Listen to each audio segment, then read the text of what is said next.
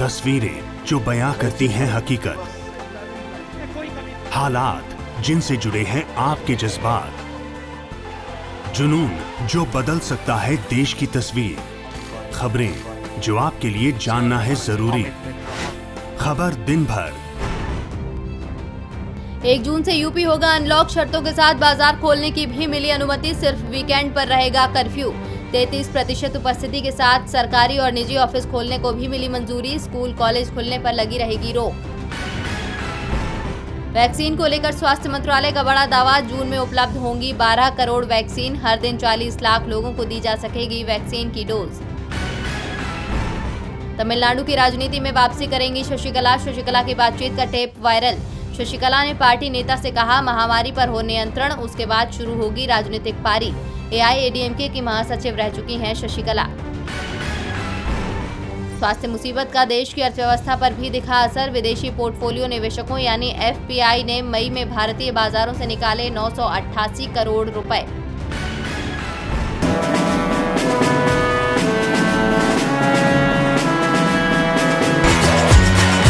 कांग्रेस ने मोदी सरकार के कार्यकाल में हुए देश के नुकसान को लेकर आज उसे घेर लिया। पार्टी प्रवक्ता रणदीप सिंह सुरजेवाला ने कहा कि मोदी सरकार देश के लिए हानिकारक साबित हुई है। मोदी सरकार ने देश को हर क्षेत्र में नुकसान पहुंचाया है। यदि सरकार के 7 साल में 7 बड़ी गलतियां या गलत नीतियों की बात करें तो 2014 में जब मोदी सरकार सत्ता में आई तो उसे विरासत में कांग्रेस कार्यकाल की औसतन 8.1% की GDP वृद्धि दर मिली, जो अब -8% पहुंच गई है। महामारी के दौर को हटा दें तो भी 2019 से 20 में गिरकर 4.2% रह गई थी। मोदी सरकार ने हर साल 2 करोड़ लोगों को रोजगार देने का वादा किया था। 7 साल में 14 करोड़ लोगों को रोजगार मिलना था, लेकिन इस सरकार ने 45 साल की बेरोजगारी के रिकॉर्ड भी तोड़ दिए हैं। कांग्रेस शासनकाल में महंगाई नियंत्रण में थी, लेकिन आज देश के अधिकांश राज्यों में पेट्रोल 100 रुपए लीटर के पार पहुंच गया है। सरसों का तेल 200 रुपए लीटर बिक रहा है। जनता महंगाई से परेशान है, लेकिन सरकार ध्यान नहीं दे रही है। आजादी के बाद ये पहली सरकार है जो अन्नदाताओं की बात सुनने को तैयार नहीं है। अपने पूंजीपति दोस्तों के लिए अन्नदाताओं पर ही ताकत दिखा रही है। 2014 में भी सरकार भूमि अध्यादेश के जरिए किसानों की जमीन हड़पने की कोशिश कर चुकी है, जो असफल साबित हुई थी। विश्व बैंक की रिपोर्ट ने ये बताया कि भारत में यूपीए कांग्रेस के 10 साल के कार्यकाल में 27 करोड़ लोग गरीबी रेखा से ऊपर उठ पाए, परंतु मोदी सरकार के 7 साल के कार्यकाल में 23 करोड़ लोग फिर गरीबी रेखा में शामिल हो गए हैं। महामारी के समय सरकार के गलत फैसलों के चलते 3.25 लाख लोगों को अपनी जान गंवानी पड़ी। वैसे ये संख्या इससे कहीं अधिक है। लोगों के अपने प्रिय करीबी चले गए, लेकिन मोदी सरकार देश के प्रति जिम्मेवारी से पीछा छोड़ा भाग खड़ी हुई। मोदी सरकार देश की संप्रभुता अक्षुण्ण रखने में भी असफल रही है। हमारा पड़ोसी हमें आंखें दिखा रहा है, मोदी सरकार अपनी ही जमीन वापस नहीं ले पा रही है। कांग्रेस ने सरकार की इन 7 भूलों को गिनाकर बता दिया कि आजाद भारत में इतनी कमजोर सरकार कभी नहीं देखी है। अब देखना होगा कि सरकार इसका क्या जवाब देती है। प्रधानमंत्री नरेंद्र मोदी ने आज 77वीं बार मन की बात कार्यक्रम के तहत अपने विचार शेयर किए। अपनी 77वीं मन की बात में फ्रंटलाइन वर्कर्स से PM ने बात की। साथ ही हमारे टैंकर और ट्रेन ड्राइवर्स से मुख्य रूप से बात की और कहा कि इन्होंने मुश्किल समय में आगे आकर देश के लिए अपने कर्तव्य को निभाया है। पूरे देश को उन पर गर्व है। प्रधानमंत्री ने कहा कि देश पूरी ताकत के साथ महामारी से लड़ रहा है। पिछले 100 सालों में ये सबसे बड़ी महामारी है। इसी महामारी के बीच भारत ने अनेक समस्याओं का भी डटकर मुकाबला किया है।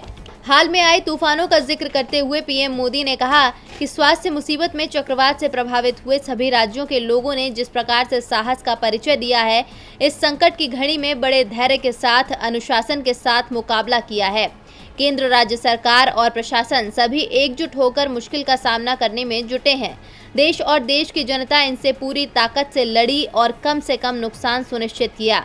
PM ने कहा कि मैं उन सभी लोगों के प्रति अपनी संवेदना व्यक्त करता हूं जिन्होंने अपने करीबियों को खोया है। महामारी की शुरुआत में देश में केवल एक ही टेस्टिंग लैब थी, लेकिन आज 2500 से ज्यादा लैब काम कर रही हैं। चुनौती के इस समय में ऑक्सीजन के परिवहन को आसान करने के लिए भारतीय रेल आगे आई। ऑक्सीजन एक्सप्रेस ने सड़क पर चलने वाले ऑक्सीजन टैंकर से कहीं ज्यादा तेजी से, कहीं ज्यादा मात्रा में ऑक्सीजन देश के कोने कोने में पहुंचाया। मन की बात कार्यक्रम को लेकर कांग्रेस सांसद राहुल गांधी PM मोदी पर लगातार निशाना साधते रहे हैं। आज भी जब PM का कार्यक्रम मन की बात रेडियो पर प्रसारित हुआ तो इसे लेकर राहुल गांधी ने मोदी सरकार के कार्यक्रम पर सवाल उठाते हुए ट्वीट किया, महामारी से लड़ने के लिए चाहिए सही नीयत, नीति, निश्चय, महीने में एक बार, निरर्थक बात नहीं। इससे पहले कल भी प्रधानमंत्री की झूठी छवि बनाने के लिए सरकार के मंत्रियों को लेकर पोस्ट किया था। राहुल ने कहा कि प्रधानमंत्री की झूठी छवि के लिए किसी भी विभाग का मंत्री किसी भी विषय पर कुछ भी बोलने के लिए मजबूर है। महामारी से लड़ने में मोदी सरकार की रणनीति को पूरी तरह से असफल बताते हुए राहुल ने कहा कि महामारी का संक्रमण प्रधानमंत्री को आज तक समझ में नहीं आया। आप इसको जितना समय और जगह देंगे, ये आपके लिए उतना ही बड़ी समस्या बनेगा। अगर वैक्सीनेशन इसी तरह से चलता गया तो मई 2024 में भारत की पूरी जनता का वैक्सीनेशन होगा। कोई करता है खबरों से आगे रहने का वादा, कोई करता है तेज रफ्तार का दावा, फिर भी क्यों दब जाती है सही खबर? ना वादा ना दावा, सिर्फ खबर। Subscribe now and press the bell icon. Never miss an update. Ramdev ने एलोपैथ चिकित्सा पद्धति को लेकर जो बात कही, उसके बाद डॉक्टर्स के संगठन नाराज हो गए हैं।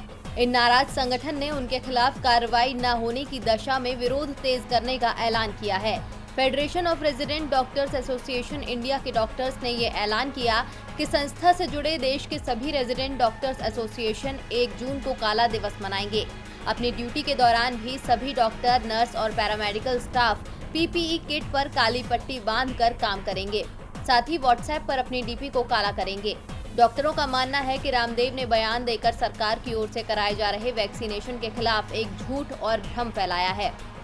आपको बता दें कि आईएमए ने रामदेव के बयानों और नए वीडियो के खिलाफ सख्त एक्शन की मांग की। कई एलोपैथिक डॉक्टरों ने रामदेव के खिलाफ थाने में शिकायत भी दर्ज कराई है।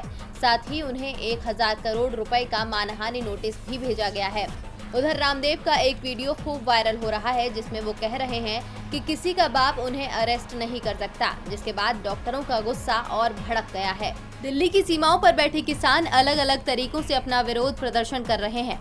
किसानों की मांगें आज भी वही हैं, जिन्हें लेकर वो 6 महीने पहले आए थे। शुरुआती महीनों में सरकार ने इनके आंदोलन को देखकर इनकी मांगों पर अपनी ओर से प्रस्ताव रखा, लेकिन किसानों की मांग थी कि कानून में संशोधन नहीं, बल्कि ये पूरा कानून ही वापस लिया जाना चाहिए, जिसके लिए सरकार अब तक तैयार नहीं हुई है। 4 महीने से तो सरकार ने किसानों के साथ बात ही नहीं की है, लेकिन किसानों का जज्बा अब भी कम नहीं हुआ है। किसानों का कहना है कि हम केंद्र के इन काले कानूनों को वापस कराकर ही दम लेंगे।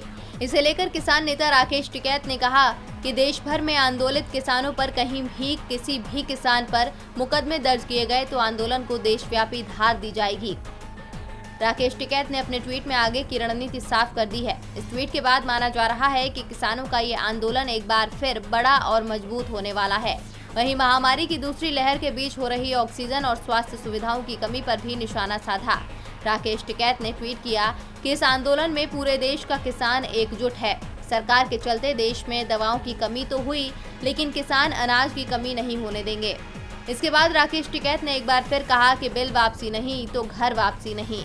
किसानों का इरादा साफ है कि सरकार जब तक पूरा कानून वापस नहीं लेगी, किसानों का आंदोलन चलता रहेगा। बिहार में सीएम नीतीश कुमार ने बीजेपी और छोटे दलों के साथ साठगांठ करके अपनी सरकार तो बना ली, लेकिन अब उसे बचाना मुश्किल है, क्योंकि जहां एक तरफ बीजेपी के नेता लगातार दबाव बना रहे हैं, तो वहीं दूसरी तरफ छोटे दलों ने भी मोर्चा खोल दिया है।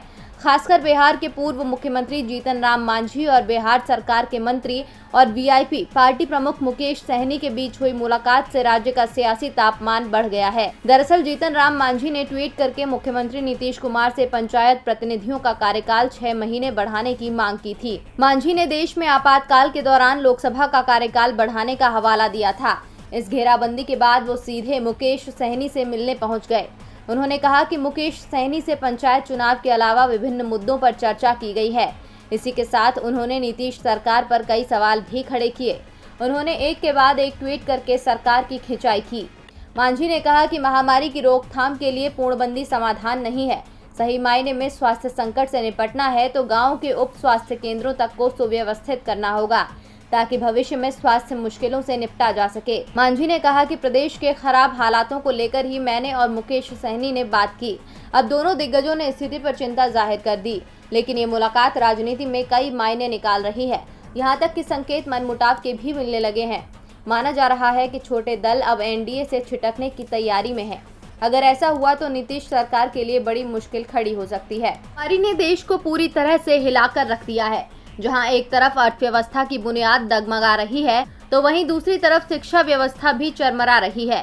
सुनहरे भविष्य का सपना बुनते बच्चों को अब अपना कल स्याह होते दिख रहा है, खासकर सीबीएसई बोर्ड के 12वीं क्लास के बच्चों को, क्योंकि अब तक ये तय नहीं हो पाया कि एग्जाम होंगे या नहीं होंगे। इसी सस्पेंस के बीच मामला सर्वोच्च अदालत तक जा पहुंचा है, लेकिन कोर्ट के आदेश से पहले ही सीबीएसई और आईसीएसई 12वीं कक्षा की बोर्ड परीक्षाओं के लिए कई विकल्पों पर विचार कर रहा है। इनमें परीक्षाएं रद्द करना और विकल्प अपनाना या संक्षिप्त प्रारूप में परीक्षा कराना शामिल है। इनमें परीक्षाएं रद्द करना और विकल्प अपनाना या संक्षिप्त प्रारूप में परीक्षा कराना शामिल है। एक सूत्र ने बताया कि अधिकतर राज्यों में अगस्त में प्रमुख विषयों के लिए छोटी अवधि की परीक्षाओं के बारे में सीबीएसई के प्रस्तावित विकल्प का समर्थन किया है।